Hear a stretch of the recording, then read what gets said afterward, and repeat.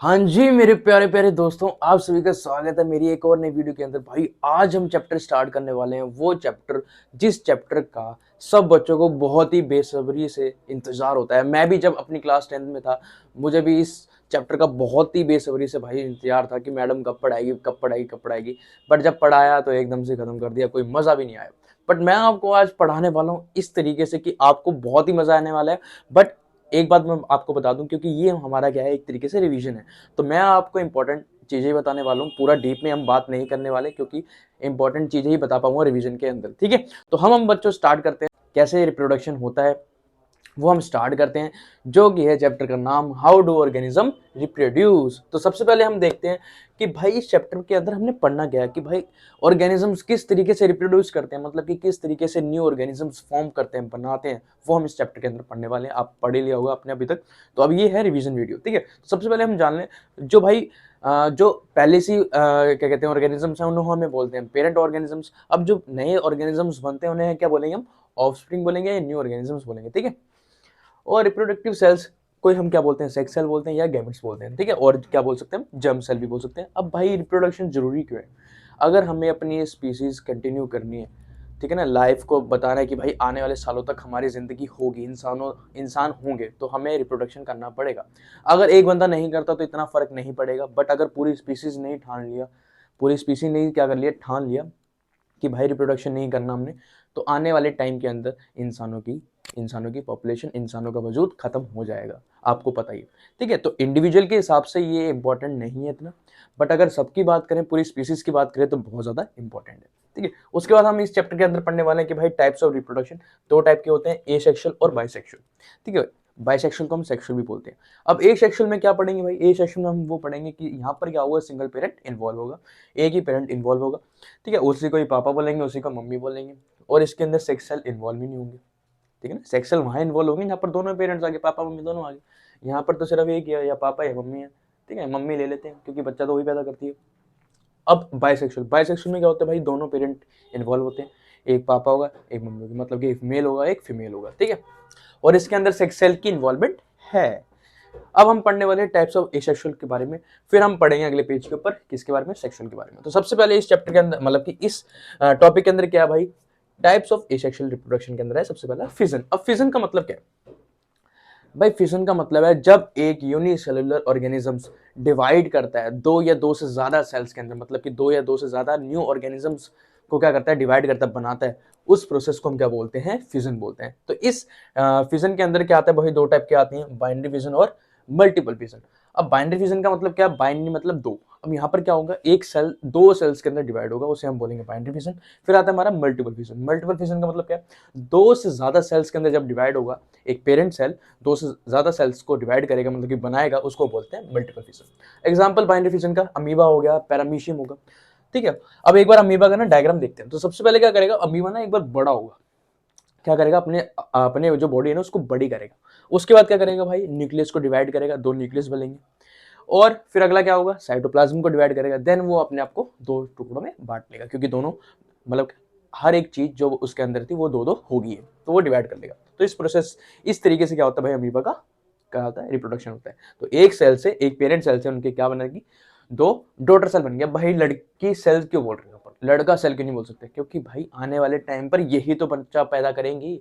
अब generally practical life के अंदर जो बच्चा पैदा करती है वो कौन करती है, लड़की ही करती है, वुमन ही करती है। ठीक है, इसलिए इनका नाम क्या रखा जाता है, डॉटर सेल। सन सेल्स नहीं रखते, क्योंकि बच्चा वो पैदा नहीं करेंगे, मतलब कि अपने पेट से थोड़ी निकालेंगे, एक तरीके से इन्होंने पेट से तो निकाला है, इसलिए यहाँ पर डॉटर सेल रखा जाता है।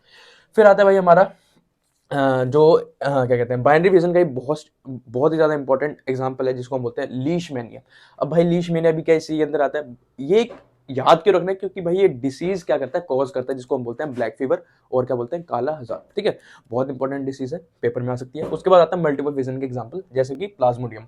अब भाई प्लाज्मोडियम क्या करता है, एक सेल है, एक पेरेंट सेल है, ये बहुत सारे सेल्स को क्या करता है, डिवाइड करता है, इसलिए किसके अंदर आता है, मल्टीपल फिजन के अंदर आता है। एग्जाम्पल में प्लाज्मोडियम बता दी मैंने आपको। और इससे कौन सी डिसीज होती है, मलेरिया डिसीज होती है, आपने सुना होगा बहुत ज्यादा, मलेरिया। ठीक है, तो वो इसी से होती है, प्लाज्मोडियम क्या कहते हैं, इसी से होती है। ठीक है, ये क्या है, एक एनिमल है, यूनिसेलुलर एनिमल है। ठीक है, उसके बाद आता है बर्डिंग। अब बर्डिंग क्या भाई, एक बर्ड होती है, मतलब कि एक ना फोड़ा हो जाता है, अपड़ी फोड़े फोड़े वो वाला नहीं।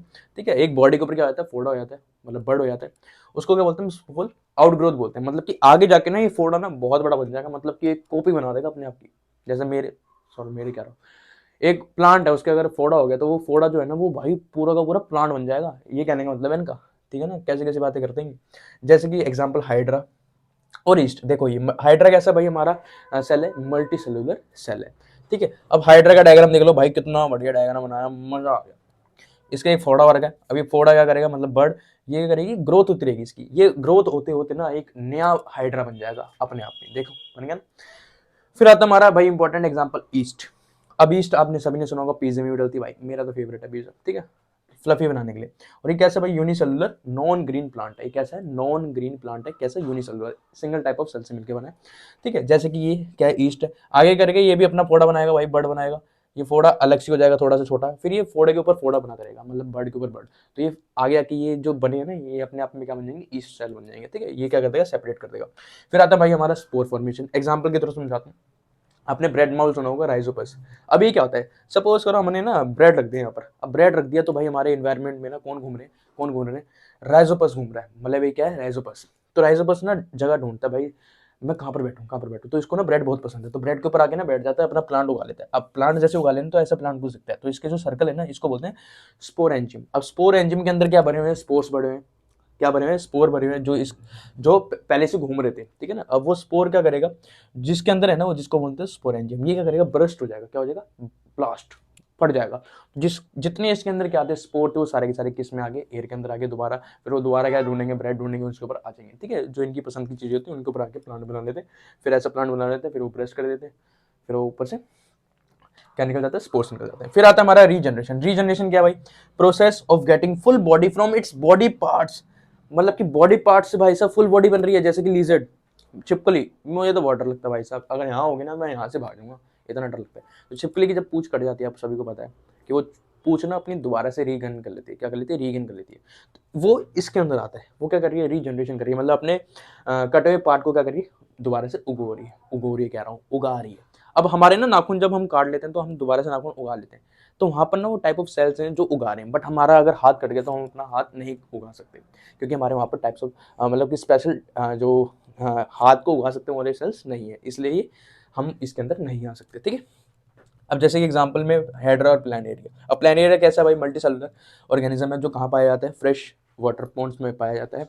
तो इसका क्या होगा, अगर ऊपर से इसकी मुंडी काट दी तो मुंडी क्या करेगी, पूरी बॉडी बना लेगी। बीच का हिस्सा काट दे तो भाई मुंडी बना लेगी, पैर भी बना लेंगे। और जो अगर पैर काट दे तो मुंडी और बीच का हिस्सा बना लेंगे। बट ये क्या है, अगर इसको क्या कहते हैं, कोई भी तरीके से मतलब काट देना तो ये अपनी फुल बॉडी नहीं बना पाएगा। अगर ये तरीके से कटेगा तब वो ये अपनी फुल बॉडी बना पाएगा। यही क्या है डिफरेंस है किसके अंदर, फ्रेगमेंटेशन और रीजनरेशन के अंदर। एक बार फ्रेगमेंटेशन पढ़ते हैं। अब ये क्या करता है भाई, अपने ना कहीं से भी अगर एक ऑर्गेनिज्म है जो किसके अंदर आता है, फ्रेगमेंटेशन के अंदर आता है।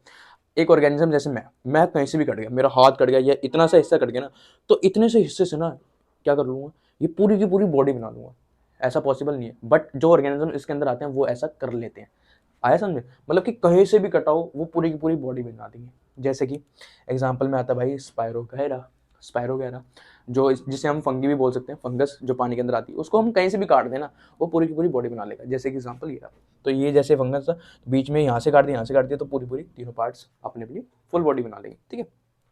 तो ये आते हैं भाई फ्रेगमेंटेशन। फिर आता है हमारा वेजिटेटिव प्रोपोगेशन।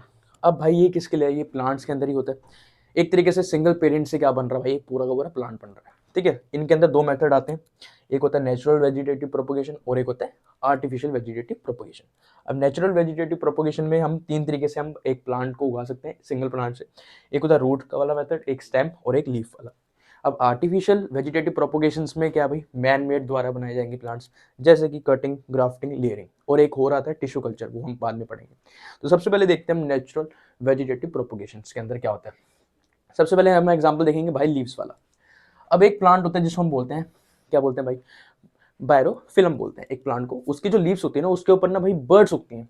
क्या होती हैं, बर्ड्स। अब अगर वो बर्ड्स क्या होगी, सॉइल के अंदर गिर गई ना, तो एक नया प्लांट उगा लेते हैं। समझ रहे हो आप, नहीं आप नहीं समझे, दोबारा देखो। एक लीफ है, किसकी लीफ है भाई, बायरोफिल्म की लीफ है। एक प्लांट होता है बायरोफिल्म, उसकी लीव्स के ऊपर क्या होती है, बर्ड्स उगने लग जाती हैं। अगर वो बर्ड्स सॉइल के अंदर गिर गई, क्या होगी, सॉइल के अंदर गिर गई तो एक पूरा का पूरा नया प्लांट बन जाता है। अगर वो बर्ड्स लीफ के ऊपर ही है तो ये अपना प्लांट बना लेती है छोटे छोटे, देख लो लीफ के ऊपर प्लांट बन रहा है, ठीक है, आ गया समझ में, तो वहीं बना लेती है। तो ये किससे आता है भाई, बाय लीफ से आता है। फिर आता है हमारा बाय अंडर, मतलब बाय अंडरग्राउंड रूट्स, जिसको हम स्टेम भी बोलते हैं, ठीक है। जो अंडरग्राउंड स्टेम होती है ना, उसे हम एक तरीके से रूट्स बोलते हैं। एग्जाम्पल में पोटैटो, पोटैटो का देख रहे हो बर्ड, बड़ उग के एक नया प्लांट बन रहा है पोटैटो का, ये इसके अंदर आता है। फिर आता है हमारा स्टेम से, एक मनी प्लांट आपने सुना होगा, money plants can also grow by vegetative propagation a piece of its stem, but एक कंडीशन है, उसकी स्टेम के ऊपर क्या होनी चाहिए, कम से कम एक बर्ड तो होनी चाहिए, क्योंकि वो बर्ड ही क्या करेगी, एक नया प्लांट उगाएगी, ठीक है। फिर आता है हमारा आर्टिफिशियल वेजिटेटिव प्रोपोगेशन। अब नाम से पता चला भाई आर्टिफिशियल है मतलब मैनमेड प्लांट्स बनाते हैं, जैसे कि कटिंग। इसमें क्या होगा, एक स्मॉल पीस क्या करेंगे हम, कट करेंगे, वो स्टेम भी हो सकता है, रूट्स भी हो सकती है और लीव्स भी हो सकती है किसी भी प्लांट की, और उसको किसके अंदर बर्ड कर देंगे भाई, सॉइल के अंदर बर्ड कर देंगे। अब वो नया प्लांट उगा लेगा अपने आप। एग्जाम्पल में रोज, ग्रेप्स, शुगर केन, बनाना, नानास। फिर आता हमारा बुगैन विला, क्या है भाई इसका नाम, बुगैन विला, बुगैन विला, ठीक है, एटसेट्रा। बहुत सारे एग्जाम्पल्स हैं, ये एग्जाम्पल याद रखना, डायरेक्टली पूछे जा सकते हैं कि भाई कटिंग के द्वारा कौन कौन से प्लांट्स उगते हैं। फिर आता है भाई लेयरिंग। लेयरिंग में क्या होता है भाई, जैसे एक प्लांट उग रहा है, मैं एक प्लांट हूँ, ठीक है, तो ये मेरी ब्रांच है। अभी ब्रांच को ना मैंने सॉइल के अंदर डाल दिया, और उसके ऊपर मॉइस्ट क्या करती, सॉइल डाल दी, और गीली गीली सॉइल, तो ये ना कुछ टाइम के बाद ना ये खुद ना ये प्लांट उगा लेगा, इसको बोलते हैं ब्रांचिंग, ठीक है।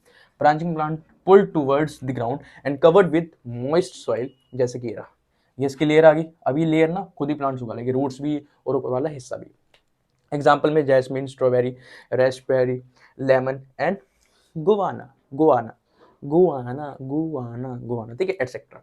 फिर आता है हमारा ग्राफ्टिंग। ग्राफ्टिंग में क्या करा जाता है भाई, एक लेते हैं हिस्सा जिसको हम बोलते हैं स्टॉक। अब स्टॉक कौन सा हिस्सा है, जिसके अंदर रूट्स हैं, एक काट दिया हमने, ठीक है, जड़ से नहीं काटा, रूट्स उसकी है भी, और ऊपर वाला पार्ट है भाई स्टेम वाला पार्ट, जिसको हम क्या बोलते हैं, शियोन बोलते हैं, शियोन, ठीक है, और नीचे वाले पार्ट को स्टॉक बोलते हैं। एक पार्ट रूट से कनेक्ट होना चाहिए, दूसरा पार्ट रूट से कनेक्ट नहीं होना चाहिए। अब इनको क्या कर देंगे, बीच में से फाड़ के ना इसको इसके अंदर डाल देंगे, और किससे कवर कर देंगे, पॉलीथीन, ठीक है, पॉलीथीन शीट से कवर कर देंगे। क्यों, क्योंकि वो क्या करेगी, प्रिवेंट करेगी, बचाएगी किससे, हार्मफुल इफेक्ट से। किसके हार्मफुल इफेक्ट से, बैक्टीरिया और फंगस वंगस कुछ भी इन्फेक्शन हो सकते हैं, उससे बचाएगी, ठीक है। तो ये हमने देख लिया भाई आर्टिफिशियल मेथड। और एक और आता है भाई जिसका नाम है टिश्यू कल्चर। अब टिश्यू कल्चर के अंदर क्या होता है, प्रोडक्शन होते हैं भाई बहुत सारे प्लांट्स के, किससे, एक small piece of plant tissue, एक प्लांट टिश्यू के छोटे से हिस्से से भाई सब बहुत सारे प्लांट्स बना सकते हैं हम, बहुत सारे, बहुत सारे, समझ रहे हो आप कैसे। तो सबसे पहले भाई हमने टिश्यू लिया, उसको डाला हमने कल्चर सोल्यूशन के अंदर। अब कल्चर सोल्यूशन के अंदर क्या क्या है, ये करता है भाई प्लांट न्यूट्रिशन और हॉर्मोन्स होंगे इसके अंदर। अब ये जो टिश्यू का टुकड़ा हम इसके अंदर डाला था, वो किसके अंदर कन्वर्ट हो गया, कैलस के अंदर। कैलस मतलब कि बहुत सारे जो टिश्यू था ना, इसने बहुत सारे सेल्स को डिवाइड कर दिया, जो एक फॉर्म बनेगी उसको हम बोलते हैं कैलस। अब कैलस को फर्दर एक सेकंड सॉल्यूशन के अंदर डाल देते हैं, जिसके अंदर क्या प्रेजेंट है भाई, हॉर्मोन्स प्रेजेंट है, जो क्या करेंगे, उनकी रूट्स को डेवलप करेंगे, कि क्या करेंगे, रूट्स को डेवलप। तो भाई यहाँ पर कैलस आ गया विद रूट्स, ठीक है, उसको फिर एक और थर्ड सॉल्यूशन के अंदर डाल देंगे, जिसके अंदर और अलग डिफरेंट टाइप ऑफ हॉर्मोन्स है, जो क्या करेंगे, ऊपर वाला हिस्सा की ग्रोथ करवाएंगे। तो इस वाले जो अब यहाँ पर क्या होगा, ऊपर वाले हिस्से की ग्रोथ होगी, फिर हमारा क्या बन जाएगा, छोटे छोटे प्लांट्स बन जाएंगे, जिसे हम क्या बोलते हैं, प्लांट्स लेट्स बोलते हैं। फिर हम फर्दर आगे प्लांट लेट्स को क्या कर देंगे, सॉइल के अंदर गाड़ देंगे, तो हमारा एक नया का नया प्लांट बन जाएगा। तो हमने भाई साहब टाइप्स ऑफ एक सेक्सुअल देख लिया है, अब हम देखने वाले हैं सेक्सुअल। बट उससे पहले मैं आपको एक चीज बता दूं कि भाई साहब जो भी मैं आपको पढ़ा रहा हूँ ना आज, अगर आपने सिर्फ ये भी पढ़ लिया ना, तो आपके लिए बहुत काफी है, बहुत ज्यादा काफी है। समझ में आ रही है आपको बात, मेरी गारंटी है कि भाई इससे बाहर आपके एग्जाम में कुछ भी नहीं आएगा, लिख के बता रहा हूँ, लिख के, ठीक है। तो आपने ये भी ध्यान से पढ़ लेना, तो आपके नंबर आराम से आ सकते हैं। तो चलते हैं आप अपने नेक्स्ट पेज के अंदर, जिसमें हम पढ़ेंगे सेक्सुअल रिप्रोडक्शन। अभी तक बच्चों हमने देख लिया भाई ए सेक्सुअल रिप्रोडक्शन, ठीक है, जिसके अंदर बहुत सारे टाइप्स हमने पढ़े। अब हम देखने जा रहे हैं सेक्सुअल रिप्रोडक्शन, जिसमें हम फ्लावर्स का और एनिमल्स का मतलब कि हमारा जानेंगे कि किस तरीके से होता है। तो सबसे पहले हम जानते हैं भाई फ्लावर्स का किस तरीके से होता है। तो उससे पहले मैं आपको बता दूं भाई, फ्लावर के अंदर जो मेल ऑर्गन होता है उसका नाम क्या है, स्टैमेन, ठीक है, और जो फीमेल रिप्रोडक्टिव ऑर्गन होता है उसका नाम है भाई कार्पेल, और इसको पिस्टल भी बोलते हैं, पिस्टल, ठीक है। अब सबसे पहले जानते हैं भाई, जो मेल रिप्रोडक्टिव ऑर्गन है जिसे हम स्टैमेन बोलते हैं, उसके दो पार्ट्स होते हैं। ऊपर वाला पार्ट जिसके अंदर पोलन ग्रेन्स होते हैं उसको हम बोलते हैं एंथर, और फिर नीचे वाला पार्ट जिसको हम पूंछ भी बोल सकते हैं एक तरीके से, उसको हम बोलते हैं फिलामेंट, ठीक है। पोलन ग्रेन्स हमारा सेक्स सेल नहीं है, मतलब उसको गैमेट्स नहीं बोल सकते, पोलन ग्रेन के अंदर होता है हमारा गैमेट्स, ठीक है। तो बच्चे बहुत गलती करते हैं कि बच्चे ना पोलन ग्रेन को ही गैमेट्स बोल देते हैं, मतलब कि सेक्स सेल बोल देते हैं, एक्चुअल में वो नहीं है, उसके अंदर होता है सेक्स सेल, ठीक है। फिर आता है भाई हमारा फीमेल, जिसको हम कार्पेल बोलते हैं। ऊपर वाला हिस्सा को बोलते हैं स्टिग्मा, जो थोड़ा स्टिकी सा होता है, चिपका चिपका सा होता है, क्यों होता है वो भी आपको पता चल जाएगा। फिर आता है बीच वाला हिस्सा, जिसको हम बोलते हैं स्टाइल। बीच वाला तो हमेशा स्टाइल ही मारता है, ठीक है। और फिर आता है भाई नीचे ओवरी, ओवरी ओवरी के अंदर क्या होता है भाई ओव्यूल, और उसके अंदर क्या होता है एक सेल बैठा होता है, मतलब बैठी होती है, वेट करते हैं किसका भाई, किसका किसका किसका, मेल रिप्रोडक्टिव सेल का, जो किसके अंदर है पोलन ग्रेन के अंदर है, ठीक है। उसके बाद सबसे पहले प्रोसेस देखते हैं भाई कैसे होता है इसके अंदर। तो सबसे पहले होता है पोलिनेशन। पोलिनेशन का मतलब क्या भाई, पोलिनेशन मतलब क्या, पोलन ग्रेन्स क्या होंगे, ट्रांसफर होंगे किसके ऊपर, किसके ऊपर, स्टिग्मा के ऊपर, मतलब कि फीमेल रिप्रोडक्टिव ऑर्गन के ऊपर आएंगे, ठीक है। उसको बोलते हैं पोलिनेशन। अब भाई सेल्फ पोलिनेशन भी होता है और क्रॉस पोलिनेशन भी होता है। सेल्फ पोलिनेशन का मतलब क्या है कि एक ही प्लांट है, एक ही प्लांट के अंदर सपोज करो ये फ्लावर है, अब इस फ्लावर के अंदर मेल भी होगा और फीमेल भी होगा, तो इसी फ्लावर के अंदर मेल किसके ऊपर चलेगा, फीमेल के ऊपर चलेगा। अब यही प्लांट का अगला फ्लावर ये है, अब इस फ्लावर में भाई क्या है, फीमेल है, और इसमें क्या मेल है, तो जो इसका मेल था ना वो कौन चला गया, कहाँ चला गया, फीमेल के पास चला गया, एक ही प्लांट के ऊपर। तो भाई इसको बोलते हैं सेल्फ पॉलिनेशन। अब क्रॉस पॉलिनेशन क्या है, मतलब कि एक प्लांट से दूसरे प्लांट में जब पोलन ग्रेन जाएंगे मेल के किसके पास, फीमेल के पास, उसको हम बोलते हैं क्रॉस पॉलिनेशन, ठीक है। उसके बाद क्या होगा, फर्टिलाइजेशन होगा। फर्टिलाइजेशन का मतलब क्या है भाई, मेल गैमेट और फीमेल गैमेट मिलेंगे आपस में, मिलकर क्या बनाएंगे, जाइगोट बनाएंगे, उसको हम बोलते हैं फर्टिलाइजेशन, ठीक है। अब देख लो एक बार, तो भाई ये पोलन ग्रेन आ गया, पोलन ग्रेन क्या करता है, पोलन ट्यूब बनाता है, जिसके रास्ते से कौन जाता है भाई, गैमेट जाता है, ठीक है। पोलन ग्रेन से पोलन ट्यूब्स के रास्ते से कौन जाएगा, गैमेट जाएगा, किसके पास जाएगा भाई, अपनी अपनी वाइफ के पास जाएगा, मतलब एग के पास जाएगा, फिर ठीक है। उसके बाद जब ये दोनों मिल जाएंगे तो हमारा क्या बन जाएगा, फ्रूट बन जाएगा। अब देखते हैं फॉर्मेशन ऑफ फ्रूट और सीड, ये बनते कैसे। एक्चुअल में जो ओवरी है ना हमारी, वो हमारी क्या बन जाएगी, सीड बन जाएगी, मतलब कि क्या बन जाएगा, जो ओवरी है वो हमारा फ्रूट बन जाएगा, ठीक है। जो ये पूरी है ना ओवरी, ये हमारा प्रॉपर फ्रूट बन जाएगा, और जो हमारे ओव्यूल थे वो क्या बन जाएंगे, सीड्स बन जाएंगे। जैसे कि हमारा एप्पल का एग्जांपल ये, जो बीच में सीड है वो सीड ही है, और जो फ्रूट है वो फ्रूट ही है। अब जो फ्रूट है ना वो पहले क्या रहा होगा, ओवरी रहा होगा, और जो सीड्स है वो पहले क्या रहा होंगे, ओव्यूल रहे होंगे, ठीक है। तो ये हमने देख लिया भाई सेक्सुअल रिप्रोडक्शन फ्लावर्स के अंदर। अब हम देखते हैं सबसे इंटरेस्टिंग टॉपिक, सबसे इंटरेस्टिंग टॉपिक जिसका बहुत ही बेसब्री से इंतजार होता है, वो होता है एनिमल्स। अब एनिमल्स के अंदर जाते हैं सबसे पहले मेल रिप्रोडक्टिव सिस्टम के बारे में। तो भाई ये रहा डायग्राम, जैसे तैसे बना दिया भाई मैंने, ठीक है। अब भाई सबसे पहले आता है भाई यूरिनरी ब्लैडर, जिसके अंदर क्या आता है भाई, यूरिन स्टोर होता है, ठीक है। उसके बाद ये देखो पेनिस, ठीक है। पेनिस के अंदर एक पाइप है जिसे हम यूरेथ्रा बोलते हैं, जिसके थ्रू यूरिन बाहर निकलता है। अब ऊपर जा रहे हैं तो एक ग्लैंड आता है जिसको हम बोलते हैं कॉपर्स ग्लैंड, ठीक है। उसके बाद और ऊपर गए तो एक और ग्लैंड है जिसको हम बोलते हैं प्रोस्टेट ग्लैंड, फिर और ऊपर गए तो एक और ग्लैंड है जिसको हम बोलते हैं सेमिनल वेसिकल ग्लैंड। तो ऐसे घूम के गया, तो ये घूम घूम के किसके पास गया भाई, किसके पास गया, टेस्टिस के पास गया। तो ये रही टेस्टिस, ठीक है। टेस्टिस के अंदर क्या होता है आपको सबको पता है। टेस्टिस के ऊपर क्या लगा हुआ भाई, जो ये छोटा सा लगा हुआ है उसको बोलते हैं एपिडिडाइमिस, ठीक है। और जो ये जो लेके जा रही है स्पर्म को, इसको बोलते हैं वास डिफरेंस, ठीक है। अब देखो सबसे पहले मैं अब बात करता हूँ सेमिनल वेसिकल की। अब सेमिनल वेसिकल क्या करता है भाई, देखो यहाँ से स्पर्म रिलीज हुआ, टेस्टिस क्या करती है, स्पर्म रिलीज करती है और स्टोर करती है, और सॉरी स्टोर कौन करता है भाई, एपीटी डायमिस करती है स्टोर, ठीक है। तो यहाँ से रिलीज हुआ, कहाँ से कौन लेके गया भाई, वेस्ट डिफरेंस लेके गया यहाँ तक आया है। तो यहाँ पर सेमिनल वेसिकल क्या करेगा भाई, एक फ्लूइड सिक्रेट करेगा किसके अंदर, किसके अंदर, किसके अंदर, स्पर्म्स के अंदर, जो क्या करेगा, उसको एनर्जी प्रोवाइड करेगा। क्या प्रोवाइड करेगा, एनर्जी, मतलब कि एक तरीके से क्या है, कार्बोहाइड्रेट्स रिलीज कर रहा है किसके अंदर, स्पर्म के अंदर। फिर आगे जाएगा भाई, आगे जाएगा, जो आया माल पीछे से उसके अंदर प्रोस्टेट ग्लैंड क्या है ऐड ऑन कर देगा, एक और फ्लूइड ऐड ऑन कर देगा, जिसका काम क्या है, जिसका काम ये है कि जब वो वेजाइना में जाएगा तो वेजाइना का जो नेचर होता है वो कैसा होता है, एसिडिक होता है। तो एसिडिक में ना स्पर्म ना मर जाता है, तो एक ऐसी चीज डालते हैं इसके अंदर जो कि वेजाइना में जाके उसको हेल्प करे, मतलब कि न्यूट्रल कर दे किसको, वेजाइना के एरिया को, ठीक है। फिर आगे और गया भाई, फिर आता है कॉपर्स ग्लैंड। अब ये क्या डालता है भाई, ये भी एक फ्लूइड डालता है, जो क्या करता है, यूरेथ्रा से जब ये जाएगा स्पर्म, तो यूरेथ्रा में भी क्या जाता है, पास ऑन करता है यूरिन। यूरिन कैसा होता है, एसिडिक। अब भाई ये एरिया कैसे एसिडिक है, अगर स्पर्म चला गया तो मर जाएगा, तो इसके लिए भी भाई पीछे पीछे से क्या ऐड ऑन करता है, कौन, कॉपर्स ग्लैंड क्या ऐड ऑन करता है, फ्लूइड ऐड ऑन करता है, जो कि क्या कर देता है, न्यूट्रलाइज कर देता है, क्या कर देता है, न्यूट्रलाइज कर देता है किसके रास्ते को, यूरेथ्रा को रास्ते को, मतलब कि यूरेथ्रा के सर्फेस को। फिर आगे पास हो जाता है और किसके अंदर जाता है, वेजाइना के अंदर, ठीक है। तो ये हमारा था भाई मेल रिप्रोडक्टिव सिस्टम। अब आता है हमारा फीमेल रिप्रोडक्टिव सिस्टम। सबसे पहले क्या आती है भाई, दो ओवरीज आती हैं। दो ओवरीज किससे अटैच होती हैं, फिलोपियन ट्यूब से अटैच होती हैं, ठीक है। फिलिपिन ट्यूब से अटैच होती हैं। फिर बीच में क्या आता है, यूट्रस आता है जिसको हम वॉर्म भी बोलते हैं। फिर बीच में आता है सर्विक्स और नीचे होती है वेजाइना, ठीक है। तो ये था हमारा फीमेल रिप्रोडक्टिव सिस्टम। अब आता है भाई हमारा फर्टिलाइजेशन। फर्टिलाइजेशन कैसे होता है वो देखते हैं। तो सबसे पहले क्या होगा, जो ओवरी है वो क्या करेगी, एग रिलीज करेगी, ठीक है। यहाँ पर क्या होता है, जो स्पर्म है ना वो रिलीज नहीं हो रहा, वो क्या हो रहा है, सिक्रीट हो रहा है। सिक्रीट का मतलब कि खुद बनाया फिर हमने दिया। अब यहाँ पर ना ओवरी के ना अंदर ना थाउजेंड्स ऑफ जो एग होते हैं वो पहले ही बन जाते हैं। कब? जब वो एक मदर के पेट के अंदर होती है, ठीक है। जब एक गर्ल मदर के पेट के अंदर होती है तो उसके ओवरी के अंदर थाउजेंड्स ऑफ एग तभी बन जाते हैं। प्यूबर्टी के टाइम पर क्या होता है, रिलीज होते हैं। क्या होते हैं? रिलीज होते हैं।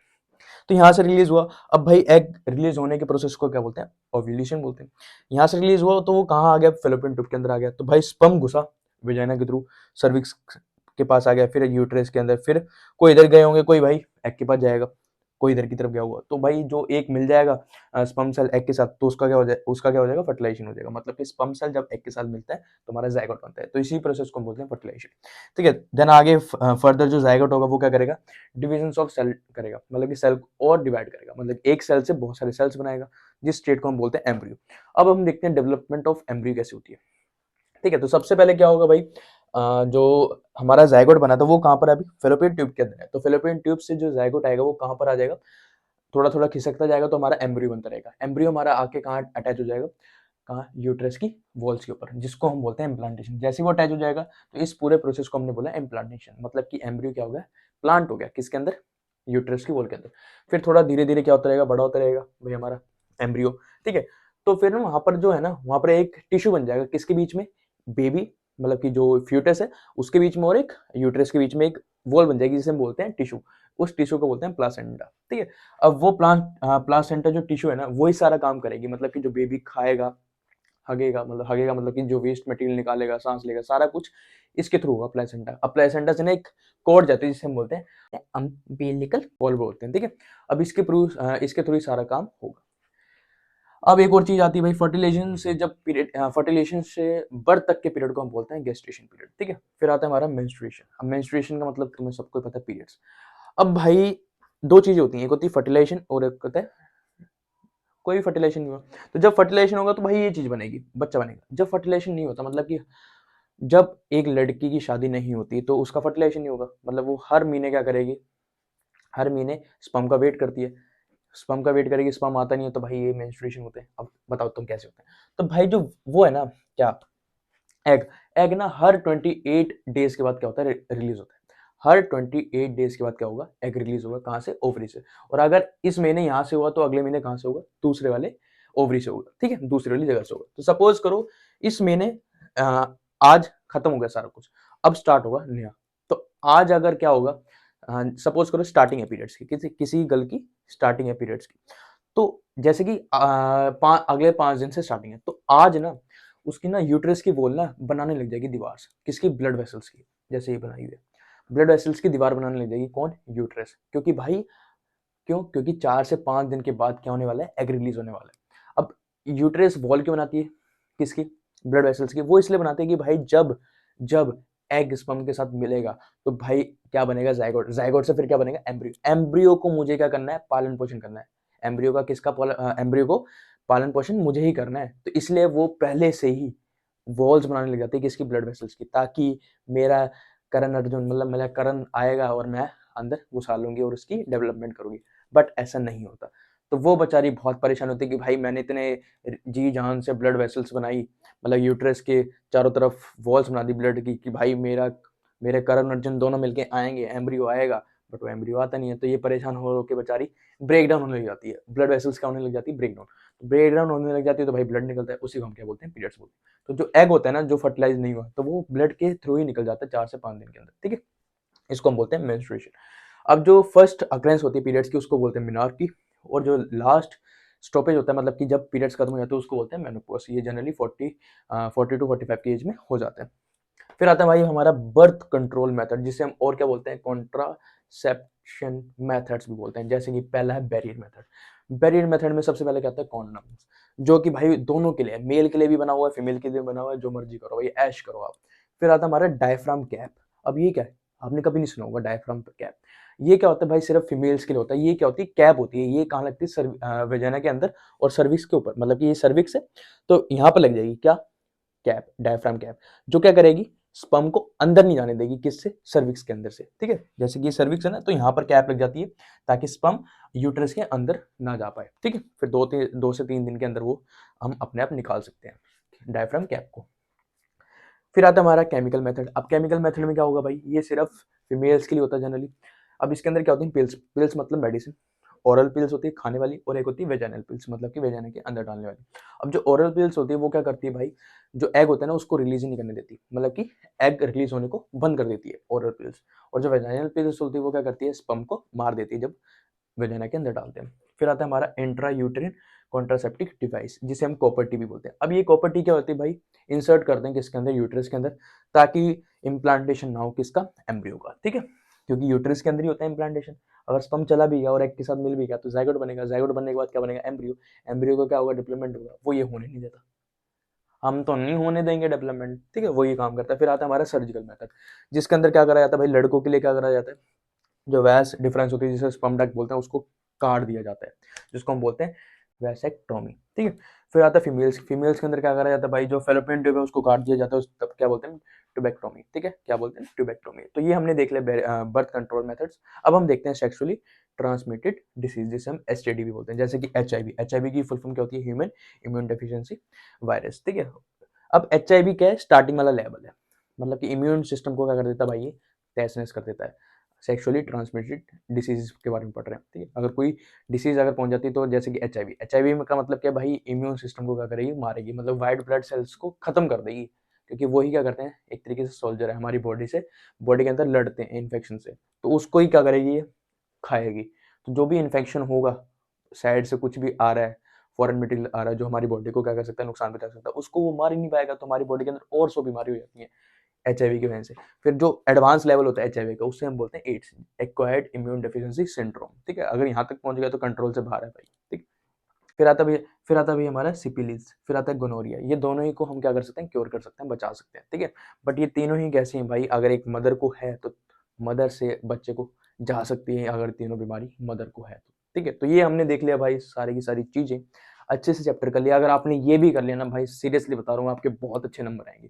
तो अब हम मिलते हैं आपको नेक्स्ट वीडियो में, जब तक के लिए इस वीडियो को लाइक करना और चैनल को सब्सक्राइब करना मत भूलना।